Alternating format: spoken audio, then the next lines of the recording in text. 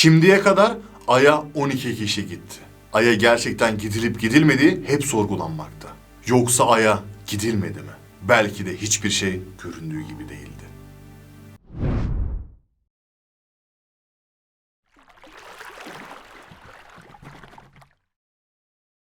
Amerika ve Sovyetler Birliği o yıllarda Soğuk Savaş içerisindeydi.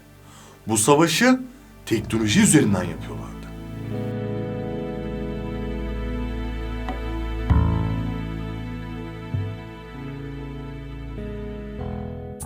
Tıpkı bugün yine Amerika'nın Çin'le verdiği savaş gibi. Sovyetler Birliği yıkıldı. Fakat Amerika'nın bu sefer savaşı Rusya ile devam etti.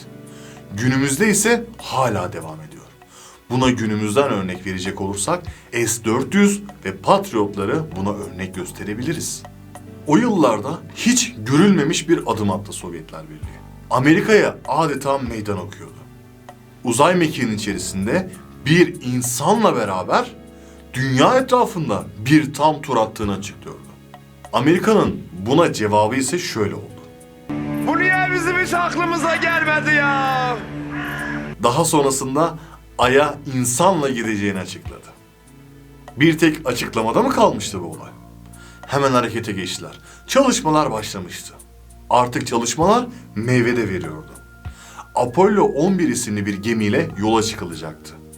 Apollo 11 ise son teknoloji bir bilgisayarla donatıldı.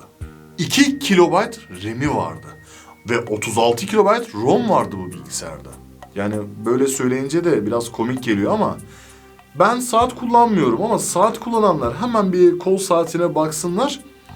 Kullandıkları kol saatindeki özellikler daha yüksek. Böyle bir bilgisayarla Ay'a nasıl gidilebilirdi ki? Ve gün geldi artık. Ay'a yolculuk başladı. O yıllarda insanlar buna inanmakta güçlük çekiyordu. Başarılı olabileceklerine inanmıyorlardı.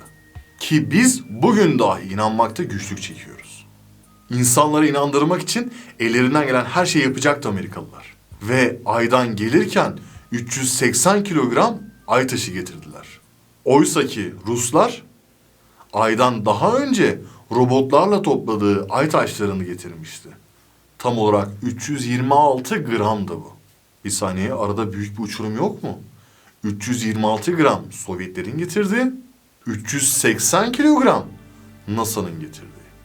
O yıllarda bu insanları inandırmak için çok güçlü bir olaydı. Biz yıllar sonra ise şöyle bir şeyle karşılaştık. Ay'a iniş görüntülerinde Neil Armstrong'un üzerine bir set ışığı düşmesi. Nasıl yani? Ay'a gidilmemişti. Bunların tamamı bir stüdyoda mı çekilmişti? NASA bu konuyla ilgili açıklama yaptı.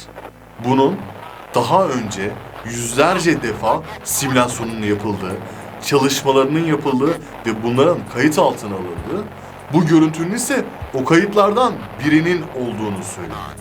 Ay'a rastgele inecek halimiz yok diyordu. İnsanları inandırmak için yeterli miydi acaba? Fakat burada dikkatimizi çeken bir şey var. Ay'a iniş görüntüleriyle simülasyon arasında fark yoktu. Daha ilginç olanı ise dikilen Amerikan bayrağı dalgalanıyordu. Üstelik Ay'da atmosfer yoktu, dolayısıyla rüzgar esmiyordu. Bununla da bitmedi. Çekilen fotoğraflarda yıldızlar da görünmüyordu. Aynı zamanda gölgeler birbirini tutmuyor, çaprazlık gösteriyordu. Oysaki Ay'ın tek ışık kaynağı güneşti. Bu durumda bütün gölgelerin aynı yönde olması gerekiyordu. Neil Armstrong Ay'a inerken şöyle bir cümle kurmuştu. Bu benim için küçük, insanlık için büyük bir adım diyordu. Ve bu kaydalınıyordu. Yani burada şöyle bir durum var. Ay'a ilk ayak basan Neil Armstrong ama onu videoya alan kişi Armstrong'dan sonra mı indi? Bu da tabii işin esprisi. Buna benzer daha bir sürü komplo teorisi üretebiliriz. İnsanları şüphelendiren bir sürü olay var.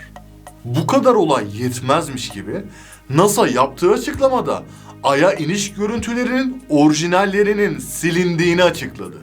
Dünyanın en büyük teknoloji şirketi, güvenliği en üst düzeyde, görüntüler kayboluyor veyahut da siliniyor, ellerinde ise sadece kopyalarının bulunduğunu söylüyor.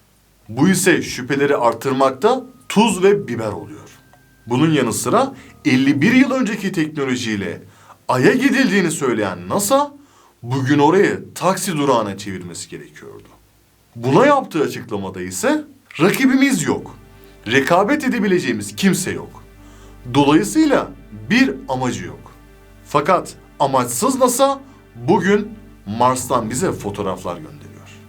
Hepimiz komplo teorilerini çok seviyoruz. Fakat bu durumda aksini ispatlayamıyoruz. Bu iddiaları destekleyici delillere maalesef ulaşamıyoruz. Bu yüzden 20 Temmuz 1969 yılında Apollo 11 isimli gemiyle Ay'a iniş yapıldı. Ve Neil Armstrong Ay'a ilk ayak basan insan oldu.